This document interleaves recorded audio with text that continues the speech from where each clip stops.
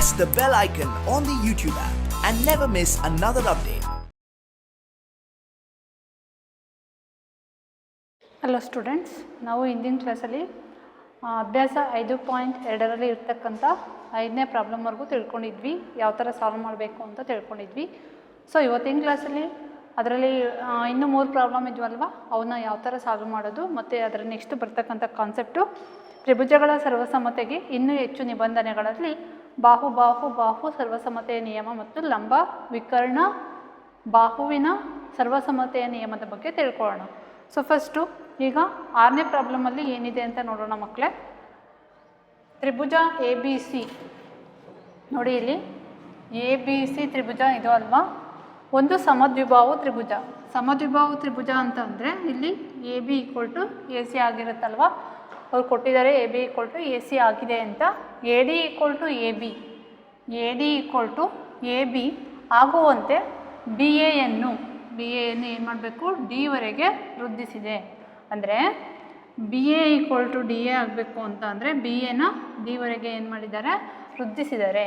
So ಇಲ್ಲಿ ಕೋನ B C D ನೋಡಿ, ಕೋನ ಬಿ ಸಿ ಡಿ ಇದೆ ಅಲ್ವಾ, ಅದು ಲಂಬಕೋನ ಅಂತ ನಾವು ತೋರಿಸ್ಬೇಕು. ಬಿ ಸಿ ಡಿ ಒಂದು ಲಂಬಕೋನ ಅಂತ ತೋರಿಸ್ಬೇಕಂದ್ರೆ ಬಿ ಸಿ ಡಿ ಕೋನ ಎಷ್ಟು ಬರಬೇಕು, 90 ಡಿಗ್ರಿ ಬರಬೇಕು. ಅದನ್ನೇ ನಾವು ಲಂಬಕೋನ ಅಂತ ಹೇಳ್ತೀವ. ಈಗ ನೋಡಿ ಮಕ್ಕಳೇ, ಈ ತ್ರಿಭುಜ ಎ ಬಿ ಸಿಯಲ್ಲಿ A B equal to A C ಅಂತ ಕೊಟ್ಟಿದ್ದಾರಲ್ವ,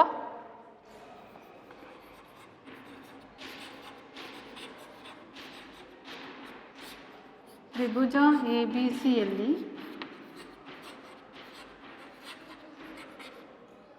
A B equal to A C ನೋಡಿ, A B equal to A C ಆದರೆ ಇವೆರಡು ಸಮಬಾಹುವಿನ ಅಭಿಮುಖ ಕೋನಗಳು ಯಾವಾಗಲೂ ಏನಾಗಿರ್ತವೆ, ಸಮ ಆಗಿರ್ತವೆ.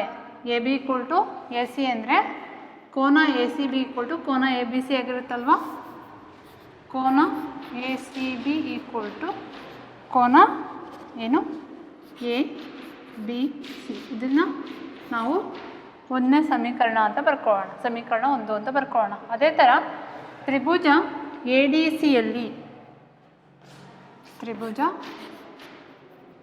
A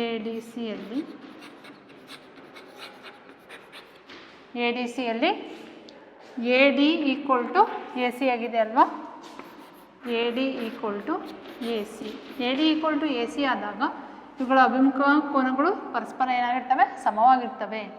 A D equal to A C ಆದರೆ ಕೋನ A D C equal to ಕೋನ ಎ ಸಿ ಡಿ ಆಗಿರುತ್ತಲ್ವ, ಕೋನ A C D equal to ಕೋನ ಎ ಡಿ ಸಿ. ಇದನ್ನು ಸಮೀಕರಣ 2 ಅಂತ ಬರ್ಕೊಳ್ಳೋಣ. ನೆಕ್ಸ್ಟು ಈ ತ್ರಿಭುಜ ಬಿ ಸಿ ಡಿ ಇದು ಅಷ್ಟು ತೊಗೊಳ್ಳೋಣ. ಈ ಬಿ ಸಿ ಡಿ ತ್ರಿಭುಜ ತೊಗೊಂಡ್ರೆ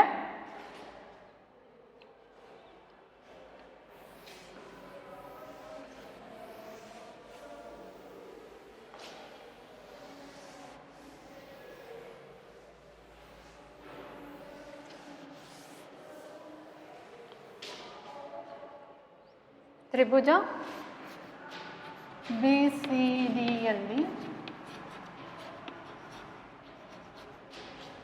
ಸಿ ಡಿಯಲ್ಲಿ ಏನಂತ ಮಾಡೋಣ, ತ್ರಿಭುಜಗಳ ಕೋನಗಳ ಮೊತ್ತಗಳ ಗುಣಲಕ್ಷಣ ನಾವಿಲ್ಲಿ ಯೂಸ್ ಮಾಡ್ಕೊಳ್ಳೋಣ ಇವಷ್ಟು ತ್ರಿಭುಜಕ್ಕೆ.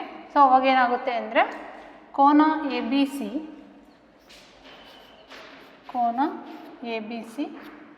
ಪ್ಲಸ್ ಕೋನ ಬಿ ಸಿ ಡಿ ಪ್ಲಸ್ ಕೋನ ಬಿ ಸಿ ಡಿ ಪ್ಲಸ್ ಕೋನ ಎ ಡಿ ಸಿ ಪ್ಲಸ್ ಕೋನ A D C equal to 180 degree. ಯಾಕಂದರೆ ಒಂದು ತ್ರಿಭುಜದ ಕೋನಗಳನ್ನ ನಾವು ಅಷ್ಟು ಆ್ಯಡ್ ಮಾಡಿದ್ವಿ ಅಂತ ಅಂದರೆ ಅವುಗಳ ಮೊತ್ತ ಎಷ್ಟು ಬರುತ್ತೆ, 180 ಡಿಗ್ರಿ ಬರುತ್ತೆ ಅಂತ ಗೊತ್ತಿದೆ ಅಲ್ವಾ. ಸೊ ಅದನ್ನು ನಾನಿಲ್ಲಿ ಯೂಸ್ ಮಾಡ್ಕೊಂಡಿದ್ದೀನಿ. ಕೋನ ಎ ಬಿ ಸಿ ಅಂದರೆ ನಮ್ಗೆ ಗೊತ್ತಿದೆ, ಕೋನ ಎ ಸಿ ಬಿ ಅಂತ ಬರಿಬೋದಲ್ವ, ಕೋನ ಎ ಸಿ ಬಿ ಅಂತ ಬರ್ಕೋಬೋದು. ಇದು ನನಗೆ ಬಿಡಿ, ಕೋನ ಬಿ ಸಿ ಡಿ ಪ್ಲಸ್ ಕೋನ ಎ ಡಿ ಸಿ ಅಂತ ಅಂದರೆ ಕೋನ ಎ ಸಿ ಡಿ ಅಂತ ಬರಿಬೋದಲ್ವ, ಇಲ್ಲಿ ಪ್ರೂವ್ ಮಾಡ್ಕೊಂಡಿದ್ದೀವಲ್ವ. ಕೋನ A C D equal to 180 degree. ಕೋನ ಎ ಸಿ ಬಿ ನೋಡಿ, ಕೋನ ಬಿ ಸಿ ಡಿ ಅಂದರೆ ಇದಷ್ಟು, ಕೋನ ಬಿ ಸಿ ಡಿ ಅಂದರೆ ಇದಷ್ಟು ಅಲ್ವಾ. ಸೊ ಕೋನ ಬಿ ಸಿ ಡಿ ಅಂತ ಅಂದರೆ ನಾವೇನಂತ ಬರಿಬೋದು, ಕೋನ ಎ ಸಿ ಬಿ ಪ್ಲಸ್ ಕೋನ ಎ ಸಿ ಡಿನ ಆ್ಯಡ್ ಮಾಡಿದರೆ ಕೋನ ಬಿ ಸಿ ಡಿ ಬರುತ್ತಲ್ವಾ. ಸೊ ನಾವಿಲ್ಲಿ ಏನಂತ ಬರಿಬೋದು, ಕೋನ ಎ ಸಿ ಬಿ ಪ್ಲಸ್ ಕೋನ ಎ ಸಿ ಡಿ ಪ್ಲಸ್ ಕೋನ A C D equal to 180 degree. ನೋಡಿ ಇಲ್ಲಿ ಎ ಸಿ ಬಿ ಅನ್ನೋದು 2 ಟೈಮ್ ಇದೆ, ಎ ಸಿ ಡಿ ಅನ್ನೋದು 2 ಟೈಮ್ ಇದೆ. So 2 into A C B ಕೋನ A C B plus 2 into ಕೋನ A C D equal to 180 degree. ಮಕ್ಕಳೇ ಒಂದು ಟೈಮ್ ನೋಡ್ಕೊಳ್ಳಿ, ಆಮೇಲೆ ಮಾಡ್ತೀನಿ ನಾನು.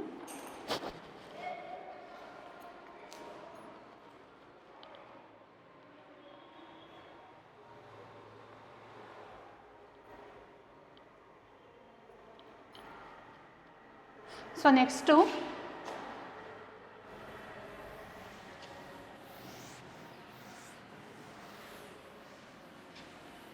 ಇಲ್ಲಿ 2 ಇದೆ, ಇಲ್ಲಿ 2 ಇದೆ. ಎರಡನ್ನು ಏನು ಮಾಡೋಣ, ಕಾಮನ್ ಆಗಿ ಹೊರಗೆ ತಗೊಳ್ಳೋಣ.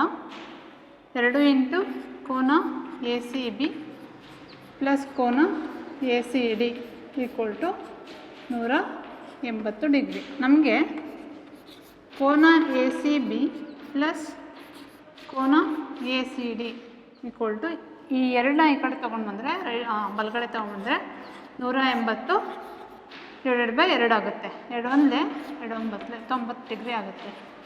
ಕೋನ ಎ ಸಿ ಬಿ ಪ್ಲಸ್ ಕೋನ A C D equal to 90 degree. ನಿಮಗೆ ಗೊತ್ತಿದೆ ಕೋನ ಎ ಸಿ ಬಿ ಪ್ಲಸ್ ಕೋನ ಎ ಸಿ ಡಿನ ಆ್ಯಡ್ ಮಾಡಿದ್ವಿ ಅಂತ ಅಂದರೆ ಕೋನ ನೋಡಿ, ಕೋನ ಎ ಸಿ ಬಿ ಪ್ಲಸ್ ಕೋನ ಎ ಸಿ ಡಿನ ಆ್ಯಡ್ ಮಾಡಿದರೆ ಕೋನ ಬಿ ಸಿ ಡಿ ಬರುತ್ತೆ.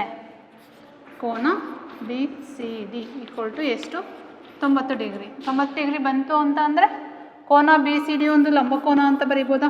ಕೋನ ಬಿ ಸಿ ಡಿ ಒಂದು ಲಂಬಕೋನ. ಈ ಥರ ನಾವು ಸಾಲ್ವ್ ಮಾಡ್ಕೋಬೇಕು. ಇದಿಷ್ಟು ಪ್ರಾಬ್ಲಮ್ ಸಾಲ್ವ, ಈ ಥರ ನಾವು ಅದನ್ನು ಸಾಲ್ವ್ ಮಾಡ್ಕೋಬೇಕು. ನೆಕ್ಸ್ಟು 7ನೇ ಕ್ವಶನ್ನ, 7ನೇ ಪ್ರಾಬ್ಲಮ್ನ ಸಾಲ್ವ್ ಮಾಡ್ಕೊಳ್ಳೋಣ.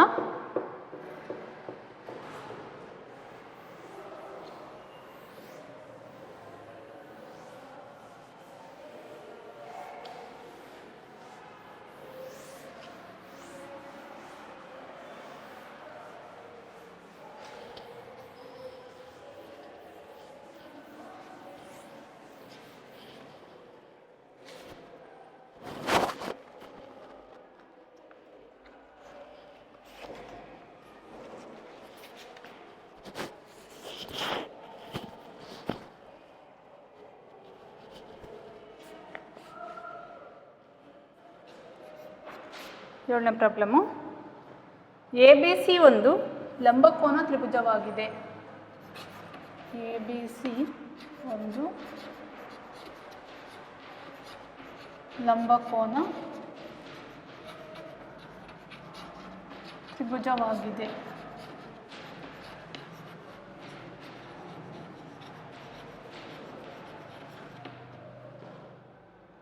ಕೋನ ಎ ಈಕ್ವಲ್ ಟು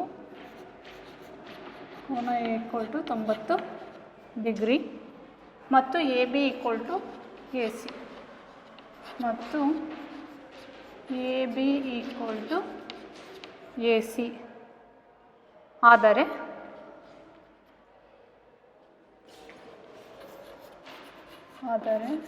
ಕೋನ ಬಿ ಮತ್ತು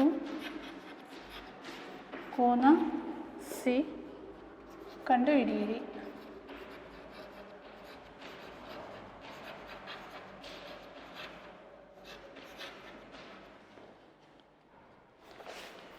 ಮಕ್ಕಳಿಗೆ ಕ್ವಶನ್ ಇದೆ. ಸೊ ಇದಕ್ಕೆ ನಾವೇ ಓನಕ್ಕೆ ರೇಖಾಚಿತ್ರನ ಡ್ರಾ ಮಾಡ್ಕೋಬೇಕಾಗಿದೆ. ಎ ಬಿ ಸಿ ಒಂದು ಲಂಬಕೋನ ತ್ರಿಭುಜವಾಗಿದೆ. ಎ ಬಿ ಸಿ ಒಂದು ಲಂಬಕೋನ ತ್ರಿಭುಜ. ಕೋನ ಏನಲ್ಲಿ 90 ಡಿಗ್ರಿ ಇದೆ ಅಂತ ಕೊಟ್ಟಿದ್ದಾರೆ. ಎ ಬಿ ಸಿ ಒಂದು ಲಂಬಕೋನ ತ್ರಿಭುಜ ಅಂದರೆ ಫಸ್ಟ್ ನಾವು ಲಂಬಕೋನ ತ್ರಿಭುಜನ ಡ್ರಾ ಮಾಡ್ಕೊಂಡ್ಬಿಟ್ಟು ಆಮೇಲೆ ಅದಕ್ಕೆ ನೇಮ್ ಕೊಡೋಣ.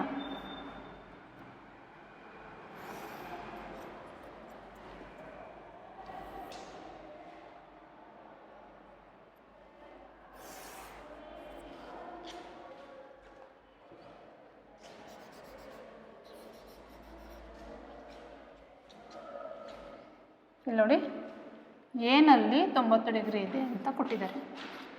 ಎದು ಬಿ ಸಿ ಈ ಥರ ಬರುತ್ತೆ ರೇಖಾಚಿತ್ರ ಅಲ್ವಾ. ಮತ್ತು A B equal to A C, A B ಅನ್ನೋದು ಎ ಸಿಗೆ ಏನಾಗಿದೆ ಸಮ ಆಗಿದೆ. ಆದರೆ ಕೋನ ಬಿ ಎಷ್ಟು, ಕೋನ ಸಿ ಎಷ್ಟು ಅಂತ ಕೇಳಿದ್ದಾರೆ. ಸೊ ಇದಕ್ಕೆ ನಾವು ಈ ಲಂಬಕೋನ ತ್ರಿಭುಜಕ್ಕೆ ತ್ರಿಭುಜಗಳ ಕೋನಗಳ ಮೊತ್ತದ ಗುಣಲಕ್ಷಣ ಇದೆಯಲ್ವಾ, ಆ ಪ್ರಮೇಯನ ಯೂಸ್ ಮಾಡ್ಕೊಳ್ಳೋಣ. ತ್ರಿಭುಜ ಬಿ ಎ ಸಿ ಅಥವಾ ಎ ಬಿ ಸಿಯಲ್ಲಿ, ತ್ರಿಭುಜ ಬಿ ಎ ಸಿ ಅಥವಾ ಎ ಬಿ ಸಿಯಲ್ಲಿ ಕೋನ ಎ ಪ್ಲಸ್ ಕೋನ ಬಿ ಪ್ಲಸ್ ಕೋನ ಸಿ ಈಕ್ವಲ್ ಟು 180 ಡಿಗ್ರಿ. ನಮಗೆ ಕೋನ ಎ ಎಷ್ಟಿದೆ ಅಂತ ಗೊತ್ತಿದೆ, 90 ಡಿಗ್ರಿ ಇದೆ ಅಂತ ಗೊತ್ತಿದೆ ಅಲ್ವಾ. 90 ಡಿಗ್ರಿ ಪ್ಲಸ್ ಕೋನ ಬಿ ಪ್ಲಸ್ ಕೋನ ಸಿ ಈಕ್ವಲ್ ಟು 180 ಡಿಗ್ರಿ. ನಮಗೆ ಕೋನ ಬಿ ಪ್ಲಸ್ ಕೋನ C equal to 180 degree plus ಇದು ಏನಾಗುತ್ತೆ ಮೈನಸ್ ಆಗುತ್ತೆ. ಕೋನ ಬಿ ಪ್ಲಸ್ ಕೋನ ಸಿ ಈಕ್ವಲ್ ಟು 180ಯಲ್ಲಿ 180 ಡಿಗ್ರಿನಲ್ಲಿ 90 ಡಿಗ್ರಿ ಹೋದರೆ ಎಷ್ಟು 90 ಡಿಗ್ರಿ. ಈಗ ಏನು ಮಾಡೋಣ ಅಂತಂದರೆ ಕೋನ ಬಿ ಈಕ್ವಲ್ ಟು ಕೋನ ಸಿ, ಕೋನ ಬಿ ಈಕ್ವಲ್ ಟು ಕೋನ ಸಿ ಯಾಕಿರುತ್ತೆ ಅಂತ ಅಂದರೆ A B equal to A C ಆದಾಗ ಅವುಗಳ ಅಭಿಮುಖ ಕೋನಗಳು ಏನಾಗಿರ್ತವೆ ಸಮ ಆಗಿರ್ತವೆ. ಸೊ ಅದಕ್ಕೆ ಕೋನ ಬಿ ಈಕ್ವಲ್ ಟು ಕೋನ ಸಿ ಅಂತ ಬರ್ಕೋಬೋದು. ಇಲ್ಲಿ ಕೋನ ಬಿ ಈಕ್ವಲ್ ಟು ಕೋನ C equal to 90 degree divided by 2 ಅಂತ ಬರಿಬೇಕಲ್ವಾ. ಎಷ್ಟು ಕೋನಗಳಿದ್ದಾವೆ 2, 1, 2. ಅದಕ್ಕೆ 2ರಿಂದ ಏನು ಮಾಡಬೇಕು ಭಾಗಿಸ್ಕೋಬೇಕು. ಕೋನ ಬಿ ಈಕ್ವಲ್ ಟು ಕೋನ ಸಿ ಈಕ್ವಲ್ ಟು 90/2 ಅಂದರೆ 45 ಡಿಗ್ರಿ ಆಗುತ್ತಲ್ವ. ಸೊ ಕೋನ ಬಿ ಅನ್ನೋದು ಎಷ್ಟು ಬಂತು 45 ಡಿಗ್ರಿ ಬಂತು. ಕೋನ ಸಿ ಅನ್ನೋದು 45 ಡಿಗ್ರಿ ಬಂತು. ಇದು 45 ಡಿಗ್ರಿ, ಇದು 45 ಡಿಗ್ರಿ. ನೋಡಿ 45 90 ಡಿಗ್ರಿ, 90 90 180 ಡಿಗ್ರಿ. ಈ ಥರ ನಾವಿಲ್ಲಿ ತ್ರಿಭುಜಗಳ ಕೋನಗಳ ಮೊತ್ತಗಳ ಗುಣಲಕ್ಷಣ ಯೂಸ್ ಮಾಡಿಕೊಂಡು ಸಾಲ್ವ್ ಮಾಡ್ಕೋಬೇಕು. ಸೊ ನೋಡ್ಕೊಳ್ಳಿ.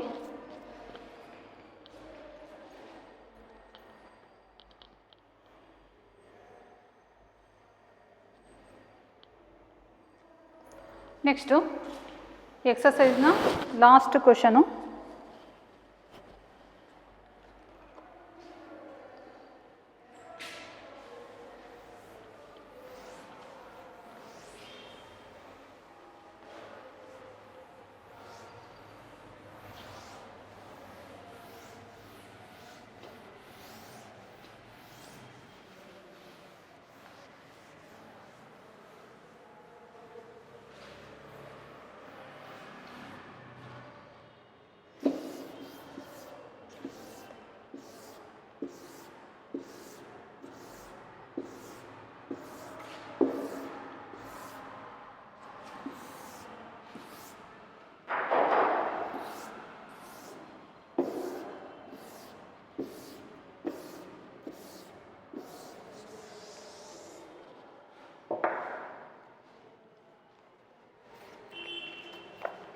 ಒಂದು ಸಮದ್ವಿಬಾಹು ತ್ರಿಭುಜದ ಪ್ರತಿ ಕೋನದ ಅಳತೆ 60 ಡಿಗ್ರಿ ಇರುತ್ತದೆ ಎಂದು ತೋರಿಸಿ.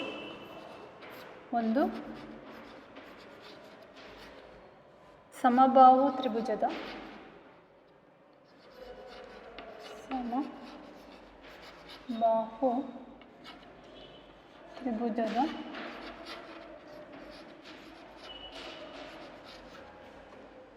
ಪ್ರತಿ ಕೋನದ ಅಳತೆ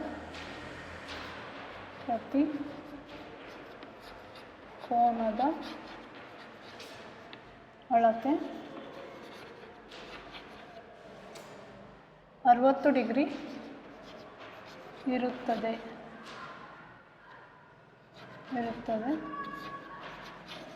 ಎಂದು ತೋರಿಸಿ.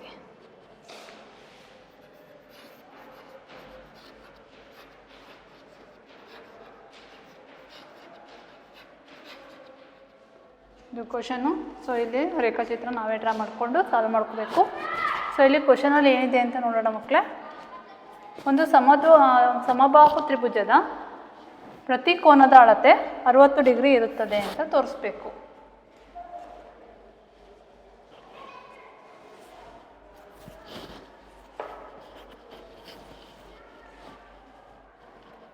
ನೋಡಿ, ಸಮಬಾಹು ತ್ರಿಭುಜನ ಫಸ್ಟ್ ನಾವಿಲ್ಲಿ ಡ್ರಾ ಮಾಡ್ಕೊಳ್ಳೋಣ.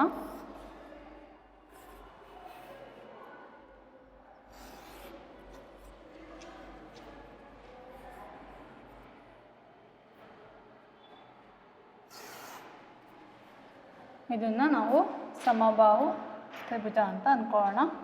ನೇಮ್ ಕೊಡೋಣ ಪಿ ಕ್ಯೂ ಆರ್ ಅಂತ. ಇಲ್ಲಿ ಇದನ್ನು ಎಕ್ಸ್ ಆಗಿ ತಗೊಳ್ಳೋಣ, ಇದನ್ನು ಎಕ್ಸ್ ಆಗಿ ತಗೊಳ್ಳೋಣ, ಇದನ್ನು ಎಕ್ಸ್ ಆಗಿ ತಗೊಳ್ಳೋಣ. ಇಲ್ಲಿನೂ ಕೂಡ ನಾವೇನು ಮಾಡೋಣ ಅಂತ ಅಂದರೆ ತ್ರಿಭುಜಗಳ ಕೋನಗಳ ಮೊತ್ತದ ಗುಣಲಕ್ಷಣವನ್ನು ಯೂಸ್ ಮಾಡೋಣ. ಏನಂತಂದರೆ ಕೋನ ಪಿ ಪ್ಲಸ್ ಕೋನ ಕ್ಯೂ ಪ್ಲಸ್ ಕೋನ ಆರ್ ಈಕ್ವಲ್ ಟು 180 ಡಿಗ್ರಿ. ಕೋನ ಪಿ ಜಾಗದಲ್ಲಿ ಎಕ್ಸ್ ಇದೆ, ಕೋನ ಕ್ಯೂ ಜಾಗದಲ್ಲಿ ಎಕ್ಸ್ ಅಂತ ತೊಗೊಂಡಿದ್ದೀವಿ, ಕೋನ ಆರ್ ಜಾಗದಲ್ಲಿ ನಾವು ಎಕ್ಸ್ ಅಂತ ತೊಗೊಂಡಿದ್ದೀವಿ, ಈಕ್ವಲ್ ಟು 180 ಡಿಗ್ರಿ ಅಲ್ವಾ. ಎಕ್ಸ್ ಪ್ಲಸ್ ಎಕ್ಸು ಎಷ್ಟಾಗುತ್ತೆ? 3x ಈಕ್ವಲ್ ಟು 180 ಡಿಗ್ರಿ ಆಯಿತು.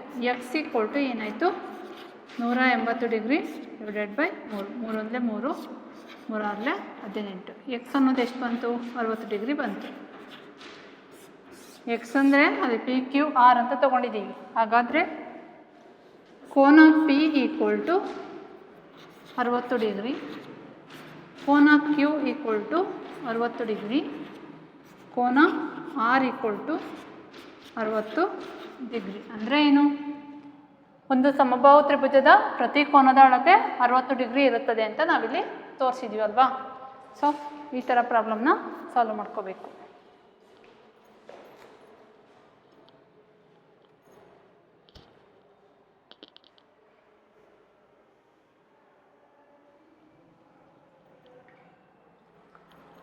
ಮಕ್ಕಳೇ, ನೆಕ್ಸ್ಟು ಪರಿಕಲ್ಪನೆಗೆ ಹೋಗೋಣ.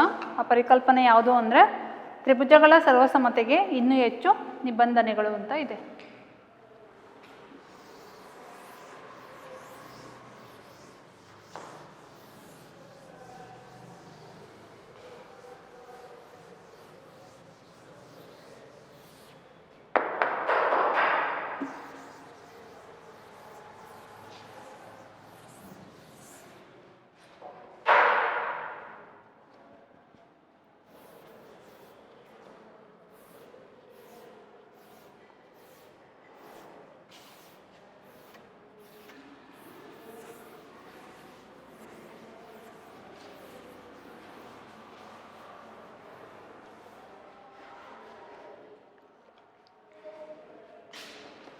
ತ್ರಿಭುಜಗಳ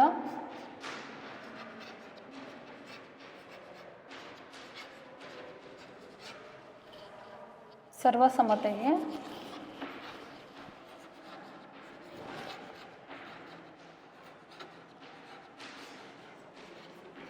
ಇನ್ನೂ ಹೆಚ್ಚು ನಿಬಂಧನೆಗಳು.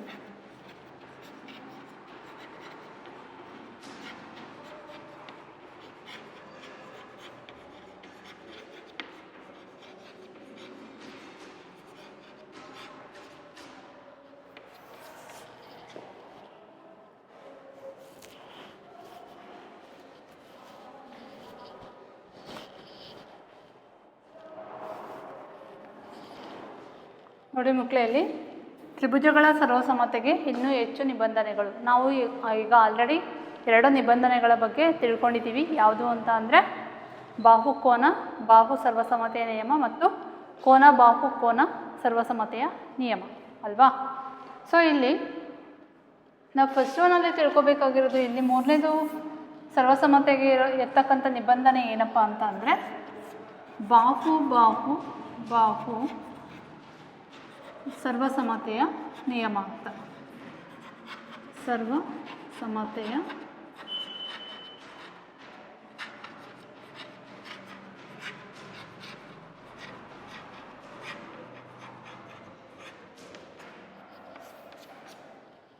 ಇಲ್ಲಿ ಏನು ಅಂತಂದರೆ ನಾವು ಎರಡು ತ್ರಿಭುಜಗಳನ್ನ ತಗೊಂಡಾಗ ಅಲ್ಲಿ ಬಾಹುಗಳನ್ನ ನಾವು ಯಾವ ಥರ ತಗೋಬೇಕು ಅಂತ ಅಂದರೆ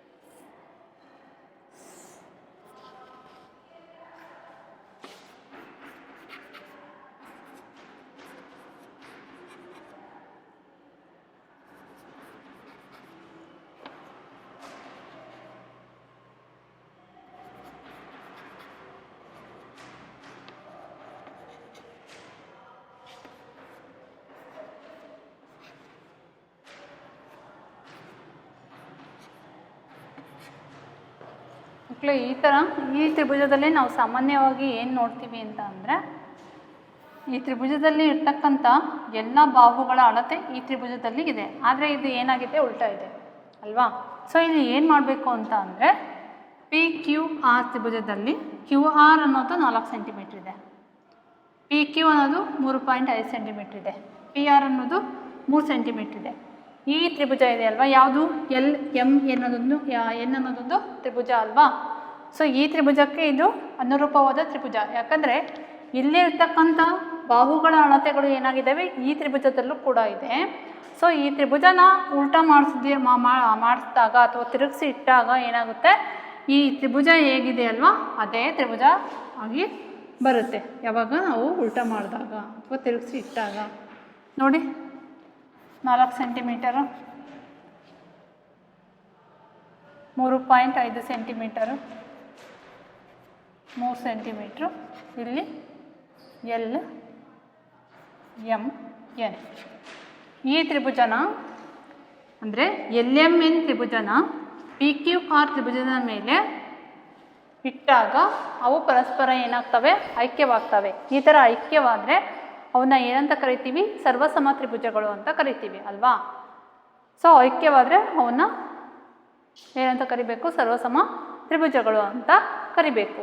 ಇಲ್ಲಿ ನಾನು ಏನು ಮಾಡಿದ್ದೀನಿ ಅಂತ ಅಂದರೆ ಎಲ್ಲ ಬಾಹುಗಳನ್ನ ಅಳತೆ ತೊಗೊಂಡಿದ್ದೀನಿ. ಎಲ್ಲ ಬಾಹುಗಳು ಇಷ್ಟಿಷ್ಟು ಅಳತೆ ಇದೆ, ಇಲ್ಲಿನೂ ಕೂಡ ಇಷ್ಟೇ ಅಳತೆ ಇದೆ. ಸೊ ಹಾಗಾಗಿ ಬಾಹುಗಳ ಅಳತೆಗಳು ತಗೊಂಡಿರೋದ್ರಿಂದ ಇದನ್ನು ನಾವು ಈ ತ್ರಿಭುಜಗಳ ಸರ್ವಸಮತೆಗೆ ಏನಂತೀವಿ ಅಂತ ಅಂದರೆ ಬಾಹು ಬಾಹು ಬಾಹು ಸರ್ವಸಮತೆಯ ನಿಯಮ ಅಂತ ಕರಿತೀವಿ. ಸೊ ಇಲ್ಲಿ ಹೇಳಿಕೆ ಏನಿದೆ ಅಂತ ನೋಡೋಣ. ಸೊ ಫಸ್ಟು ಹೇಳಿಕೆನ ಬರೆಯೋಣ, ಬರೆದ್ಬಿಟ್ಟು ಎಕ್ಸ್ಪ್ಲೇನ್ ಮಾಡ್ತೀನಿ. ಬಾಹು ಬಾಹು ಬಾಹು ಸರ್ವಸಮತೆಯ ನಿಯಮ.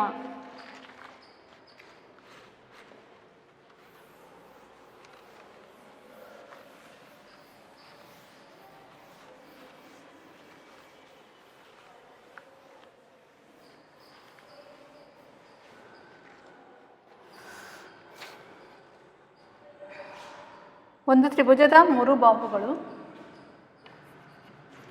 ಒಂದು ತ್ರಿಭುಜದ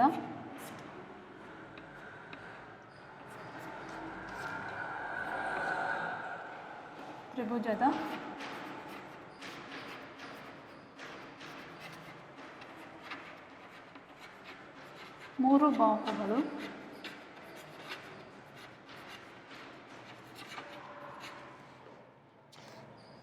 ಇನ್ನೊಂದು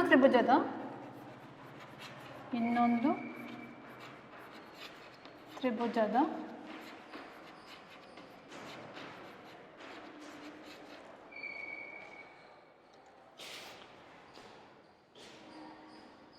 3 ಅನುರೂಪ ಬಾಹುಗಳಿಗೆ 3 ಅನುರೂಪ ಬಾಹುಗಳಿಗೆ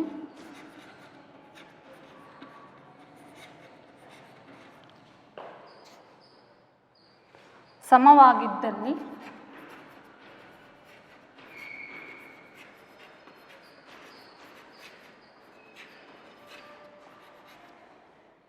ಆ ಎರಡೂ ತ್ರಿಭುಜಗಳು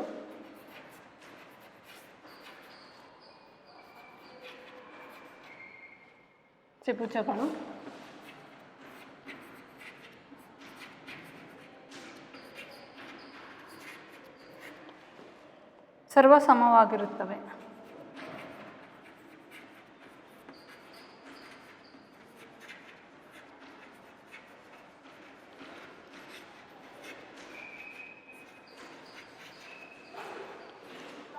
ಇದು ಬಾಹು ಸರ್ವಸಮತೆಯ ನಿಯಮ. ಇದು ಇಲ್ಲೇನಿದೆ ಅಂತ ನೋಡೋಣ. ಒಂದು ತ್ರಿಭುಜದ 3 ಬಾಹುಗಳು. ನಾನು ಆಗಲೇ ತಗೊಂಡಿದ್ದೆ, 2 ತ್ರಿಭುಜ ತಗೊಂಡಿದ್ದೆ. ಆ ತ್ರಿಭುಜದಲ್ಲಿ ಒಂದು ತ್ರಿಭುಜ ಅಂದರೆ ನಾನು ಯಾವ್ದು ತೊಗೊಂಡಿದ್ದೆ, ಸ್ಟಾರ್ಟಿಂಗು PQR ತೊಗೊಂಡಿದ್ದೆ. PQRನ 3 ಬಾಹುಗಳು, PQR ತ್ರಿಭುಜದ 3 ಬಾಹುಗಳು. ಇನ್ನೊಂದು ತ್ರಿಭುಜ ಅಂತ ಅಂದರೆ ನಾನು ಯಾವ್ದು ತೊಗೊಂಡಿದ್ದೆ, LMN ತ್ರಿಭುಜ ತೊಗೊಂಡಿದ್ದೆ. ಇನ್ನೊಂದು ತ್ರಿಭುಜದ 3 ಅನುರೂಪ ಬಾಹುಗಳಿಗೆ, ಅಂದರೆ ಈ ಬಾಹುಗಳು 3 ಬಾಹುಗಳು ಇನ್ನೊಂದು ತ್ರಿಭುಜದ 3 ಅನುರೂಪ ಬಾಹುಗಳಿಗೆ ಸಮ ಆಗಿದ್ದರೆ ಆ 2 ತ್ರಿಭುಜಗಳು ಏನಾಗಿರ್ತವೆ ಮಕ್ಕಳೇ, ಸರ್ವಸಮವಾಗಿರ್ತವೆ. ಇದು ಬಾಹು ಸರ್ವಸಮತೆಯ ನಿಯಮ. ನೆಕ್ಸ್ಟು ಇನ್ನೊಂದು ಸರ್ವಸಮತೆಯ ನಿಯಮ ಇದೆ. ಯಾವುದಪ್ಪ ಅಂದರೆ ಲಂಬಕೋನ ವಿಕರ್ಣ ಬಾಹು ಸರ್ವಸಮತೆ ನಿಯಮ.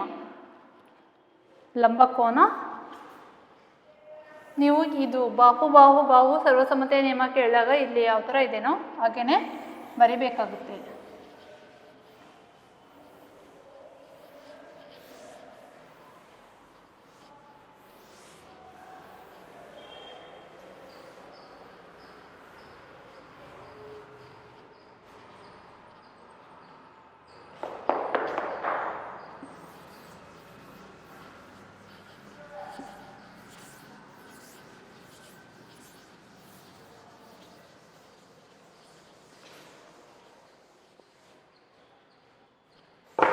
ಲಂಬಕೋನ ವಿಕರ್ಣ ಬಾಹು ಸರ್ವಸಮತೆ ನಿಯಮ.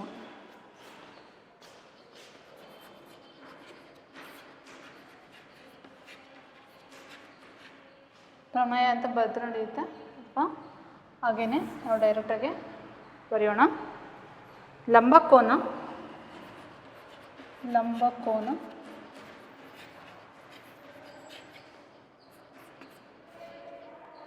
ವಿಕರ್ಣ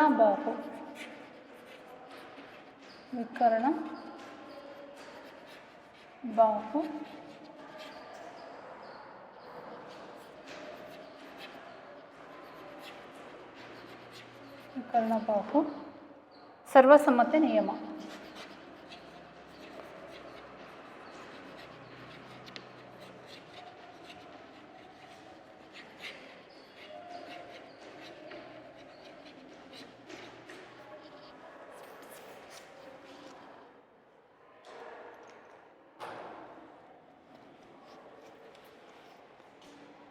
ಎರಡು ಲಂಬಕೋನ ತ್ರಿಭುಜಗಳಲ್ಲಿ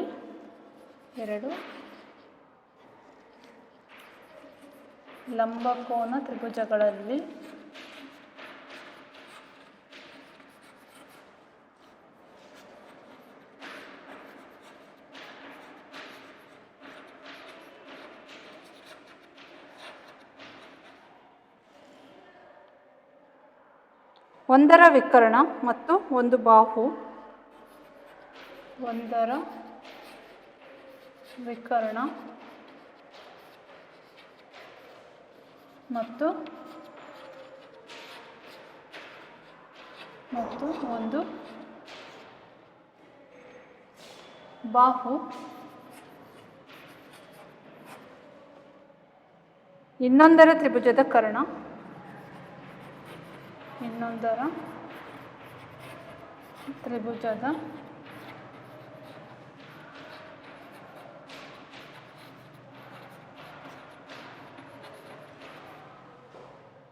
ಮತ್ತು ಅನುರೂಪ ಬಾಹುವಿಗೆ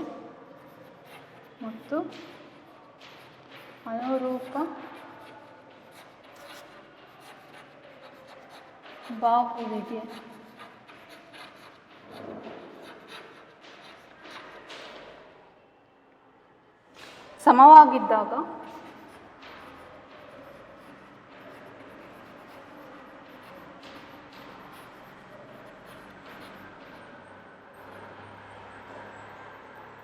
ಆ ಲಂಬಕೋನ ತ್ರಿಭುಜಗಳು ಸರ್ವಸಮವಾಗಿರುತ್ತವೆ. ಆ ಲಂಬಕೋನ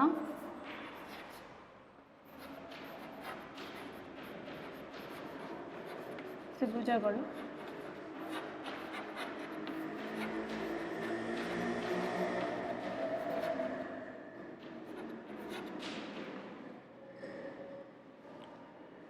ಸರ್ವಸಮವಾಗಿರುತ್ತವೆ.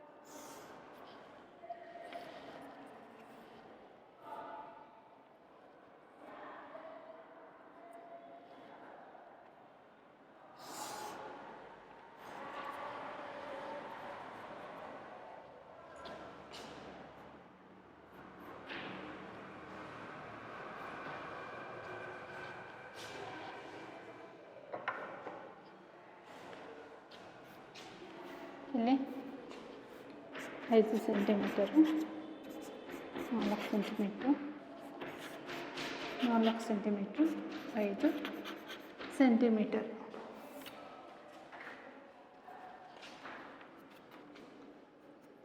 R S T U V W. ನೋಡಿ ಮಕ್ಕಳೇ, ಇಲ್ಲಿ ಲಂಬಕೋನ ವಿಕರ್ಣ ಬಾಹುವಿನ ಸರ್ವಸಮತೆಯ ನಿಯಮದಲ್ಲಿ ಏನಿದೆ ಅಂತ ನೋಡೋಣ.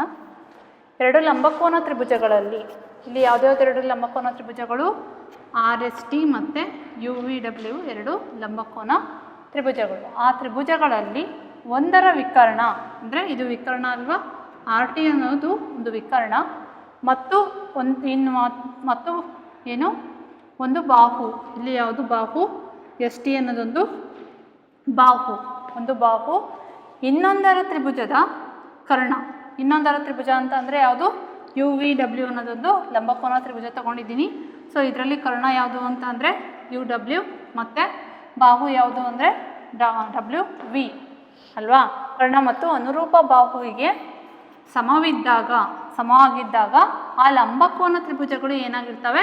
ಸರ್ವಸಮವಾಗಿರ್ತವೆ. ಅಂದರೆ ಇಲ್ಲಿ ಏನಪ್ಪ ಅಂತ ಅಂದರೆ, ಒಂದು ಲಂಬಕೋನ ತ್ರಿಭುಜದಲ್ಲಿ ವಿಕರ್ಣ ಮತ್ತು ಒಂದು ಬಾಹು, ಈ ಬಾಹು ಆದರೂ ಆಗಿರ್ಬೋದು, ಈ ಬಾಹುನಾದರೂ ಆಗಿರ್ಬೋದು, ಅದು ಯಾವುದಕ್ಕೆ ಸಮ ಇರಬೇಕು ಅಂತ ಅಂದರೆ ಇನ್ನೊಂದು ಲಂಬಕೋನ ತ್ರಿಭುಜ ತೊಗೊಂಡಿರ್ತೀವಲ್ವ. ಸೊ ಇಲ್ಲಿ ವಿಕರ್ಣ ಮತ್ತು ಬಾಹುವಿನ ಅಳತೆ ಏನಾಗಿರುತ್ತೆ, ಇಲ್ಲಿ ಕೂಡ ವಿಕರ್ಣ ಮತ್ತು ಬಾಹುವಿನ ಅಳತೆ ಅಷ್ಟೇ ಆಗಿರಬೇಕು. ಆ ಥರ ಇದ್ದರೆ ಆ ಎರಡೂ ತ್ರಿಭುಜಗಳನ್ನ ನಾವೇನಂತ ಕರಿತೀವಿ? ಸರ್ವಸಮ ತ್ರಿಭುಜಗಳು ಅಂತ ಕರಿತೀವಿ. ಈ ನಿಯಮಕ್ಕೆ ಏನಂತ ಕರಿತೀವಿ? ಲಂಬಕೋನ ವಿಕರ್ಣ ಬಾಹು ಸರ್ವಸಮತೆಯ ನಿಯಮ ಅಂತ ಕರಿತೇವೆ. ಸೊ ಇದೆರಡು ಲಂಬಕೋನ ವಿಕರ್ಣ ಬಾಹು ಸರ್ವಸಮತೆಯ ನಿಯಮ, ಮತ್ತು ಯಾವುದು ಇನ್ನೊಂದು ಕಲಿಸುವಲ್ಲ, ಬಾಹು ಸರ್ವಸಮತೆಯ ನಿಯಮ. ಸೊ ಇಲ್ಲಿ ಲಂಬಕೋನ ವಿಕರ್ಣ ಬಾಹು ಮತ್ತು ಕೋನ ಬಾಹು ಕೋನ ಎರಡೂ ಏನಾಗಿದೆ? ಡಿಫ್ರೆಂಟ್ ಇದೆ. ಕೋನದಲ್ಲಿ ಏನಂತ ತಗೊತಿದ್ವಿ ನಾವು ನೋಡಿ, ಇದೊಂದು ತ್ರಿಭುಜ. ಸೊ ಇಲ್ಲಿ ಕೋನಗಳು ಬರ್ತವೆ, ಈ ಕೋನ ಬಾಹು ಮತ್ತು ಈ ಕೋನನೇ ತಗೊತಿದ್ವಿ. ಆದರೆ ಇಲ್ಲಿ ಹಂಗಿಲ್ಲ. ಲಂಬಕೋನ ವಿಕರ್ಣ ಬಾಹು ಅಂದರೆ ಎರಡು ಬಾಹುಗಳು ಬೇರೆ ಬೇರೆ ಇದೆ, ಕೋನ ಇಲ್ಲಿದೆ. ಆದರೆ ಇಲ್ಲಿ ಕೋನ ಏನಾಗಿದೆ? ಕೋನ ಚೇಂಜ್ ಇದ್ದಾವೆ, ಅಂದರೆ ಸೇಮು ಇದ್ದಾವೆ ಇಲ್ಲಿ. ಬಟ್ ಇಲ್ಲಿ ಬರ್ತಕ್ಕಂಥ ಬಾಹುನ ನಾವು ತೊಗೊಂಡಿದ್ದೀವಿ. ಮತ್ತು ಬಾಹು ಕೋನ ಬಾಹು ಅಂತ ಅಂದ್ರೂ ಹೆಂಗೆ? ಬಾಹು ಕೋನ ಬಾಹು ಅಂದರೆ ಫಾರ್ ಎಕ್ಸಾಂಪಲ್ ಇದೊಂದು ತ್ರಿಭುಜ ಅಂತ ಅಂದ್ಕೊಳ್ಳೋಣ. ಇಲ್ಲಿ ಬಾಹು ಇರುತ್ತೆ, ಈ ಬಾಹುನ ಕೋನ ಮತ್ತು ಬಾಹು, ಇದಕ್ಕೆ ಬಾಹು ಕೋನ ಬಾಹು ಸರ್ವಸಮತೆಯ ನಿಯಮ ಅಂತ ಕರಿತೀವಿ. ಇಲ್ಲಿ ಎರಡು ಬಾಹುಗಳು, ಇಲ್ಲೊಂದು ಬಾಹು ಇದ್ದರೆ ಇಲ್ಲೊಂದು ವಿಕರ್ಣ ಇದ್ದರೆ ಇಲ್ಲೊಂದು ಬಾಹು ಇದೆ, ಮತ್ತು ಕೋನ ಇಲ್ಲಿ ಉಂಟಾಗಿದೆ. ಸೊ ಇಷ್ಟು ಡಿಫ್ರೆನ್ಸ್ ಇರುತ್ತೆ. ಸೊ ನೀಟಾಗಿ ನೋಡ್ಕೊಂಬಿಟ್ಟು ಯಾವ ಸರ್ವಸಮತೆಯ ನಿಯಮ ಅಂತ ನೀವು ಪ್ರಾಬ್ಲಮ್ಮು ಕೊಟ್ಟಾಗ ಸಾಲ್ವ್ ಮಾಡಬೇಕಾಗುತ್ತೆ.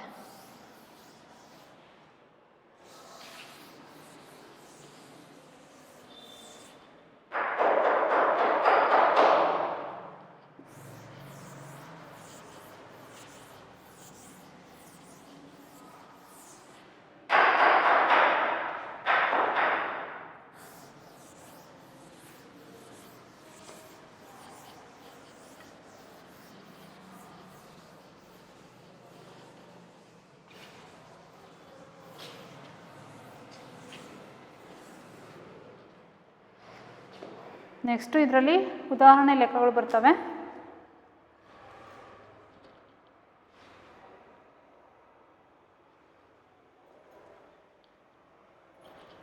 ಉದಾಹರಣೆ ಲೆಕ್ಕನ ಸಾಲ್ವ್ ಮಾಡ್ಕೊಳ್ಳೋಣ.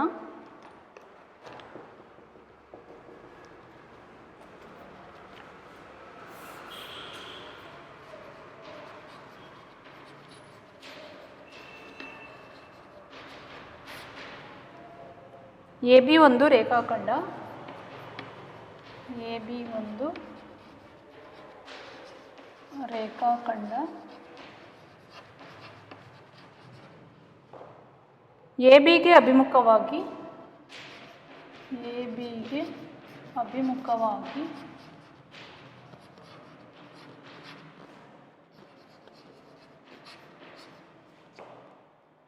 P ಮತ್ತು Q ಬಿಂದುಗಳಿವೆ.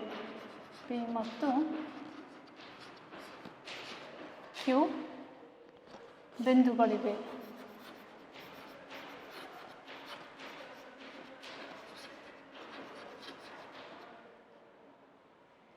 ಈ ಬಿಂದುಗಳು A ಮತ್ತು B ಯಿಂದ ಸಮದೂರದಲ್ಲಿವೆ. ಈ ಬಿಂದುಗಳು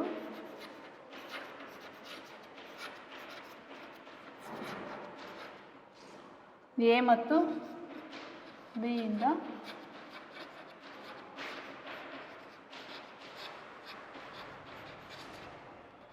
ಸಮದೂರದಲ್ಲಿವೆ.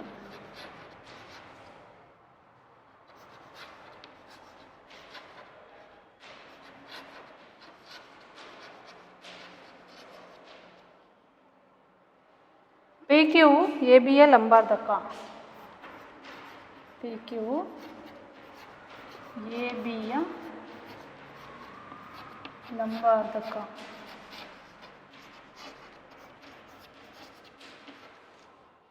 ಎಂದು ತೋರಿಸಿ.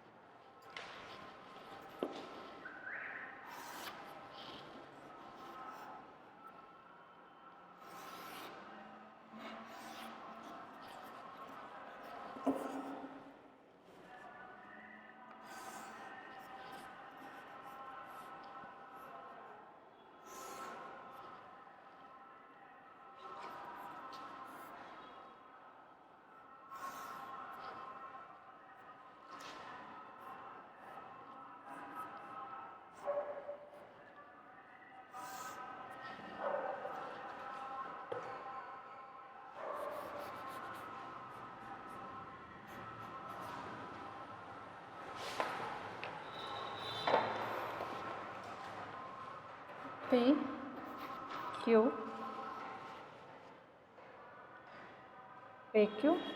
AB.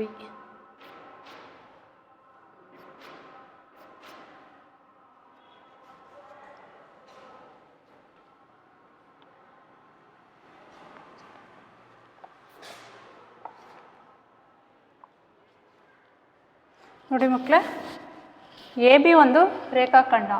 AB ಒಂದು ರೇಖಾಖಂಡ ಅಂತ ಕೊಟ್ಟಿದ್ದಾರೆ. ABಗೆ ಅಭಿಮುಖವಾಗಿ ಯಾವುದ್ಯಾವುದಿದೆ ಬಿಂದುಗಳು P ಮತ್ತು Q ಬಿಂದುಗಳಿದ್ದಾವೆ. ಈ ಬಿಂದುಗಳು A ಮತ್ತು B ಯಿಂದ P ಮತ್ತು Q ಬಿಂದುಗಳು A ಮತ್ತು B ನಿಂದ ಏನಾಗಿದ್ದಾವೆ ಅಂದರೆ ಸಮದೂರದಲ್ಲಿ ಇರ್ತಕ್ಕಂಥ ಬಿಂದುಗಳವು. PQ ABಯ ಲಂಬಾರ್ಧಕ. PQ ಅನ್ನೋದು ABಯ ಲಂಬಾರ್ಧಕ ಅಂತ ತೋರಿಸ್ಬೇಕು.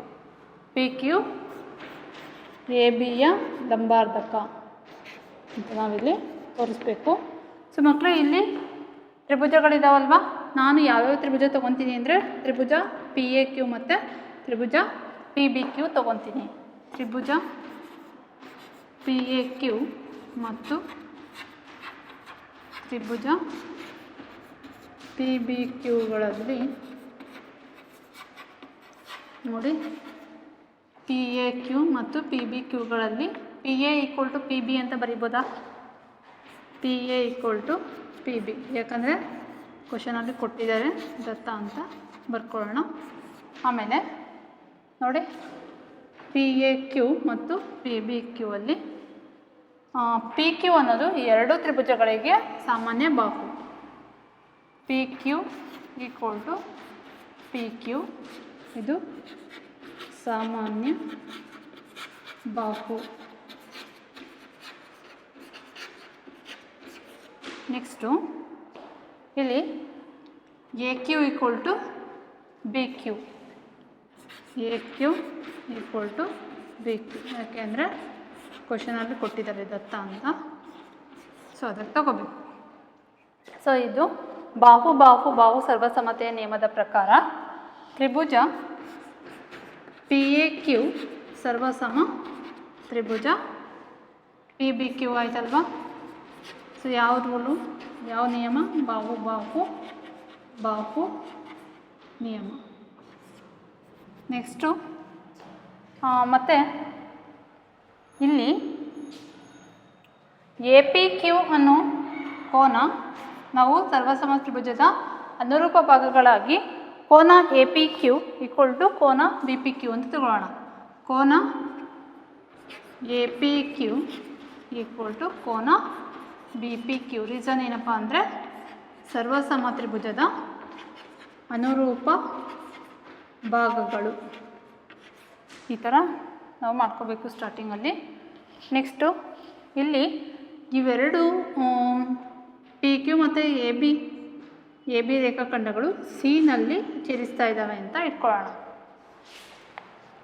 ಇದು ನೋಡ್ಕೊಳ್ಳಿ. ನೆಕ್ಸ್ಟು ಏನು ಮಾಡಬೇಕು ಅಂತ ಹೇಳ್ತೀನಿ. ಪಿ ಎಸ್ ಸಿ ಮತ್ತು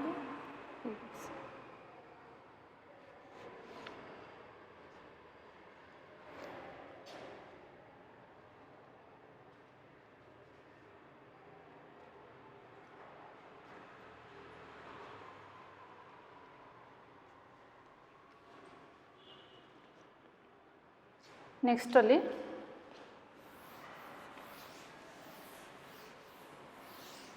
ಈ ಎರಡು ತ್ರಿಭುಜಗಳು ತಗೊಳ್ಳೋಣ. ಯಾವುದು ಅಂತ ಅಂದರೆ ಕೋನ ಪಿ ಎ ಸಿ ಮತ್ತು ಕೋನ ಪಿ ಬಿ ಸಿ ತ್ರಿಭುಜ ತಗೊಳ್ಳೋಣ. ತ್ರಿಭುಜ ಪಿ ಎಸ್ ಸಿ ಮತ್ತು ತ್ರಿಭುಜ ಪಿ ಬಿ ಸಿಗಳಲ್ಲಿ P A equal to P B. P A equal to P B ಯಾಕಂದರೆ ದತ್ತದಲ್ಲಿ ಕೊಟ್ಟಿದ್ದಾರೆ, ಸೊ ಅದಕ್ಕೆ. ನೆಕ್ಸ್ಟು ಕೋನ A P C equal to ಕೋನ ಬಿ ಪಿ ಸಿ ಅಂತ ತಗೋಬೋದಾ? ಕೋನ A P C equal to ಕೋನ ಬಿ ಪಿ ಸಿ. ಯಾಕೆ ಅಂತ ಅಂದರೆ ಇಲ್ಲಿ ಇದೆ ಅಲ್ವಾ, ಕೋನ A P Q equal to ಕೋನ ಬಿ ಪಿ ಕ್ಯೂ ಅಂತ ನಾವು ಆಲ್ರೆಡಿ ಪ್ರೂವ್ ಮಾಡ್ಕೊಂಡಿದ್ದೀವಿ. ಎ ಪಿ ಕ್ಯೂ ಅನ್ನೋ ಕೋನ ಬಿ ಪಿ ಕ್ಯೂ ಅನ್ನೋ ಕೋನಕ್ಕೆ ಸಮ ಇದ್ದಾಗ ಕೋನ A P C equal to ಕೋನ ಎ ಪಿ ಸಿಗೆ ಸಮ ಇರಲೇಬೇಕು. ಆಮೇಲೆ ನೆಕ್ಸ್ಟು ಈ ತ್ರಿಭುಜದಲ್ಲಿ ಯಾವುದ್ಯಾವುದು ಪಿ ಎಸ್ ಸಿ ಮತ್ತು ಪಿ ಬಿ ಸಿ ಇದೆ. ಪಿ ಎಸ್ ಸಿ ಮತ್ತು ಪಿ ಬಿ ಸಿನಲ್ಲಿ ಪಿ ಸಿ ಅನ್ನೋದು ಆ ಎರಡೂ ತ್ರಿಭುಜಗಳಿಗೆ ಸಾಮಾನ್ಯ ಬಾಹು ಅಲ್ವಾ. P C equal to P C. ಯಾಕೆ ಅಂತಂದರೆ ಸಾಮಾನ್ಯ ಬಾಹು. ನೆಕ್ಸ್ಟು ಏನಪ್ಪ ಅಂದರೆ ತ್ರಿಭುಜ ಪಿ ಎ ಸಿ ಸರ್ವಸಮ ತ್ರಿಭುಜ ಪಿ ಬಿ ಸಿ. ಇಲ್ಲಿ ಯಾವ ರೂಲು ಅಂತ ಅಂದರೆ ಬಾಹು ಕೋನ ಬಾಹು ಸರ್ವಸಮತೆಯ ನಿಯಮದ ಪ್ರಕಾರ ನಾವು ತಗೊಂಡಿರೋ ತ್ರಿಭುಜಗಳು ಏನಾದವು ಸರ್ವಸಮ ಆದವು. ಸೊ ಒನ್ ಟೈಮ್ ನೋಡ್ಕೊಳ್ಳಿ.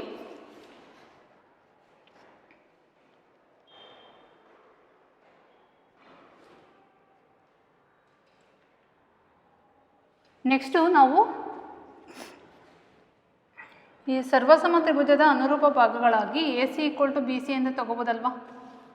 A C equal to B C ಸರ್ವಸಮ ತ್ರಿಭುಜದ ಅನುರೂಪ ಭಾಗಗಳು. ಮತ್ತು ಇನ್ನು ಏನು ತಗೋಬೋದು ಅಂತ ಅಂದರೆ ಕೋನ A C P equal to ಕೋನ ಬಿ ಸಿ ಪಿ ಎಂದು ತಗೋಬೋದು.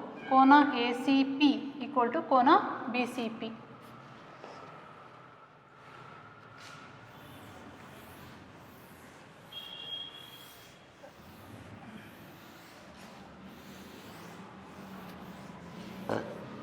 ನೋಡಿ,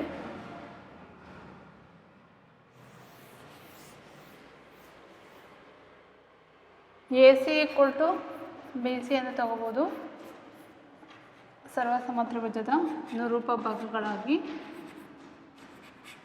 ಅದೇ ಥರ ಕೋನ A C P equal to ಕೋನ ಬಿ ಸಿ ಪಿ ಅಂತ ತಗೋಬೋದು. ಇದನ್ನು ಕೂಡ ಸೇಮ್ ರೀಸನ್ನೇ, ಸರ್ವಸಮ ತ್ರಿಭುಜದ ಅನುರೂಪ ಭಾಗಗಳಾಗಿ.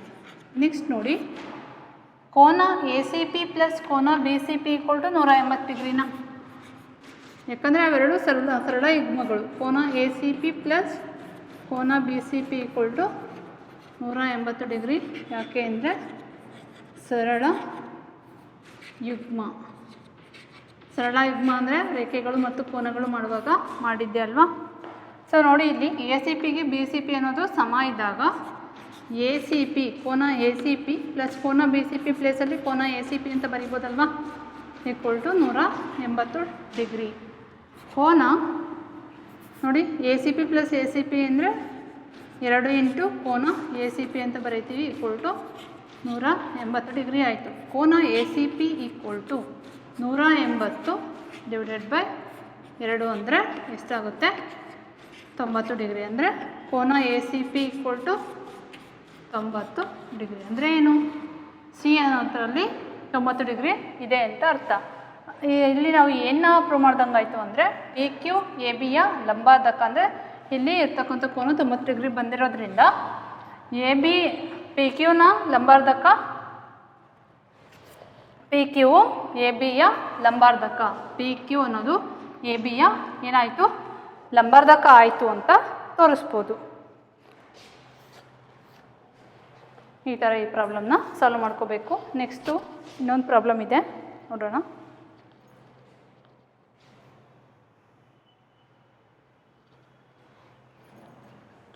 ಸೊ ಮಕ್ಕಳೇ, ಇವತ್ತಿಗೆ ಇಷ್ಟು ಸಾಕು. ನೆಕ್ಸ್ಟ್ ಕ್ಲಾಸಲ್ಲಿ ಇನ್ನೊಂದು ಉದಾಹರಣೆ ಲೆಕ್ಕ ಇದೆ, ಅದಾದಮೇಲೆ ಪ್ರಾಬ್ಲಮ್ಸ್ ಬರ್ತವೆ, ಎಕ್ಸಸೈಸ್ ಪ್ರಾಬ್ಲಮ್ಸು, ಅವನ್ನ ಸಾಲ್ವ್ ಮಾಡ್ಕೊಳ್ಳೋಣ. So thank you.